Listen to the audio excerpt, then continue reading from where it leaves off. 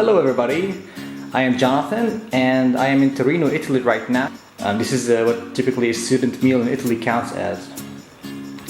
Now, I did not go for like the highest quality and I did not go for like the cheapest stuff. This is like what an average student meal would be here because a lot of these ingredients are local and they are way cheaper here than any other countries. Now I'll start with the spaghetti part. Usually I will get barilla, which is the typical spaghetti you would get here, but this is a bit of an average, above average I'd say, from the cecco and the rigatoni pasta, which is this cylindrical shape that holds the sauce better. This pasta costs around 1.4 euros depending on the store. Next, this is the ragu. Now you can actually make this from the ingredients that it's made from, like it's made from beef, pork, carrots, onions, tomato paste, all that stuff. But I don't have the time and energy for that, so I just get this. This is the Pam. This is the store that I got it from. Pam. This is the ragu Bolognese. This is a peperino, black pepper. This one actually cool. It comes with a Actually, it comes with its own pepper grinder thing. You turn this.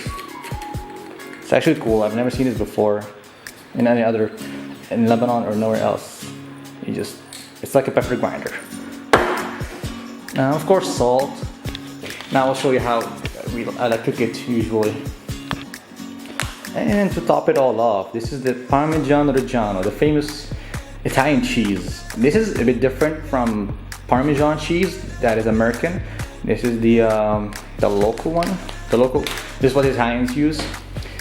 And since the subject here is local stuff, the wine, I mean, this is not typical for a student, but some do wine because it costs like around 2 euros to 5 euros on average. If you're not like into wine and you just want like any wine, yeah, it's gonna cost around 1 to 2.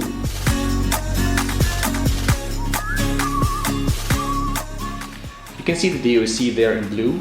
That label dictates the standard of the wine. There's a higher label that is the DOCG, and this is decided by a panel of experts that decide which brand should get this, or which bottle of wine should get this, or which shouldn't.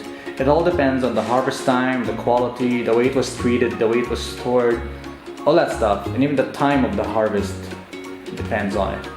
This is from the brand Ducesaria, and I can tell it's very local because Asti is not that far from me, because you can tell they always put their label and the type of wine.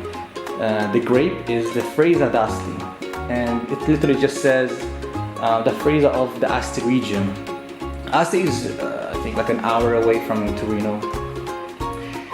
Fresa is the type of grape. I will put its picture right here, and of course you have the year of 2019.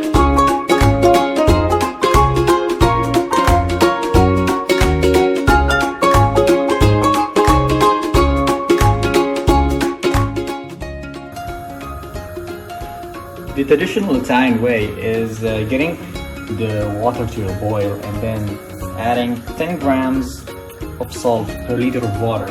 And you only want to do this once while the water is boiling. And when it comes to pasta, you want to put, I think it was 100 grams for every liter. So I'm gonna make, let's see, I'm not very good with math. So I ended up putting a liter and a half, so I'll just make it around 150 grams, and I think that's good enough for me. And now we add the pasta as the water is boiling, and again, no need for oil. Italians don't put oil, unlike contrary belief.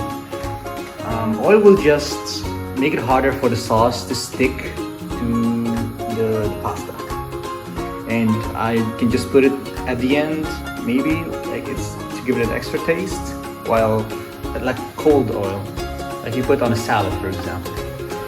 These rigatonis will be cooked in 40 minutes, and it says there on the label cottura 14 minuti, so it's actually very easy to understand. And al dente in 12 minutes. If you like it a bit harder than totally cooked, then it just takes 12 minutes. Everything is so systematic and accurate. So now it's been 13 minutes. I want to cook them all the way through. So you can tell they are a bit rubbery. Now what I like to do is to grab a bit of water from here, because this little bit of water, this is starch water, so this will help the sauce stick to the pasta. And I prefer to use this method than oil. So I'd say now they're done, and let's get these puppies down to the strainer.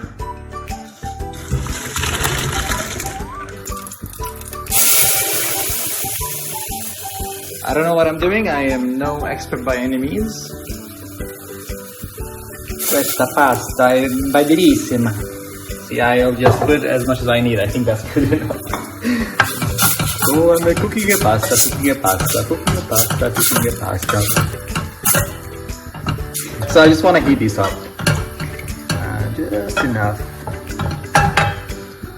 I'll keep these for later. Next, after this is a bit warm, I will add the pasta to it, and maybe I can glaze it up with some Parmigiano. Mamma mia, bellissimo. I cook the pasta, cook the pasta, cook the pasta, cook the pasta. Beautiful, I can smell it. A lot of tomatoes, carrots, onions, the garlic. Again, it has beef and pork. In this instant sauce, once it's cooked, it will rehydrate. I don't know what's the word for it, but you will start seeing like some beef pieces, some carrot pieces here and there. And this type of pasta, it holds the sauce inside. You saw it right there. So you can see it there, and it's really, really tasty.